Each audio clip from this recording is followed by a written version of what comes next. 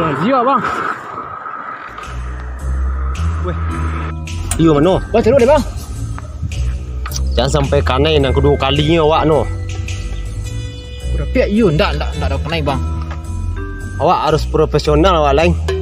Jangan sampai jatuh di lubang yang sama awak. Harus licik awak kini deno.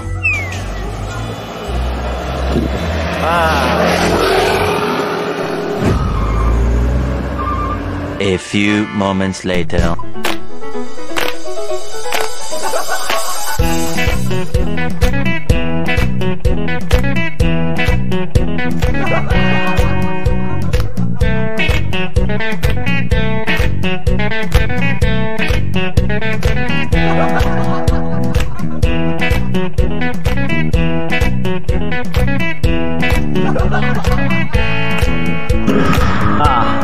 Mantap video bang kan? Mantap sekali bang. Bang kunci dino. Ini kunci.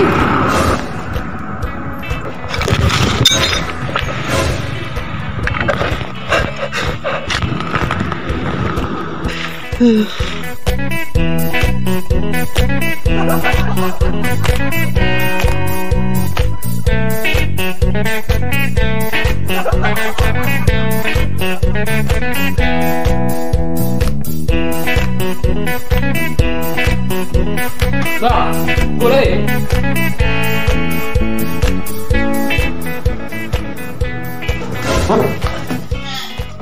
Jangan deh. Masa video bang kira nggak? Tak boleh. Video ini adalah merupakan salah satu contoh pelanggaran berlalu lintas. Dalam rangka Opatu Singgalang 2020, mari kita sama-sama tingkatkan kesadaran berlalu lintas. Patuhi aturan dan lengkapi surat-surat kendaraan Anda. Jadilah pelopor keselamatan berlalu lintas.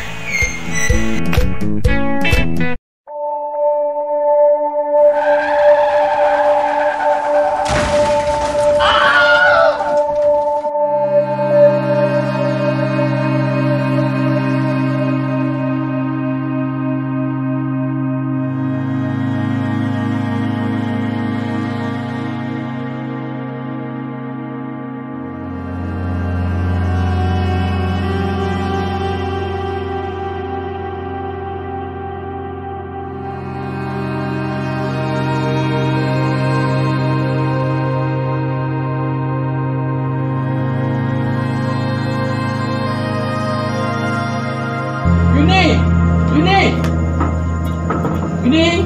Mana ada? Siku orangnya. Yuni laki Yuni belangga. Belangga. Banggai. Hah? Di mana? Belangga. Bangun kok. Aku menteriku kok. Di aku dah. Aku bisa menteriku tadi kok. Tolonglah. Ini kecelakaan tadi ibu. Nih, malah cerita le kok. Dah. Calian lah buka lah mata dah.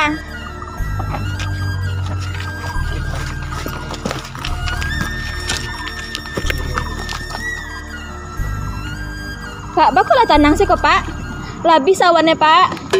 Sabar saya. Mbak Aka sabar ya Pak. Kau 2 bulan baru nikah baru Pak. Kita panggil ambulan dulu. Indah doh Pak. Udah jago lah dah.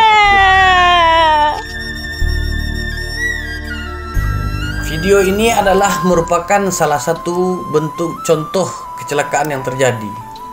Dalam rangka Operasi Patuh Singgalang 2020, mari kita sama-sama menekan angka kecelakaan. Ingat, kecelakaan terjadi bermula dari pelanggaran. Dan ingat, istri, anak menunggu di rumah. Jadilah pelopor keselamatan berlalu lintas.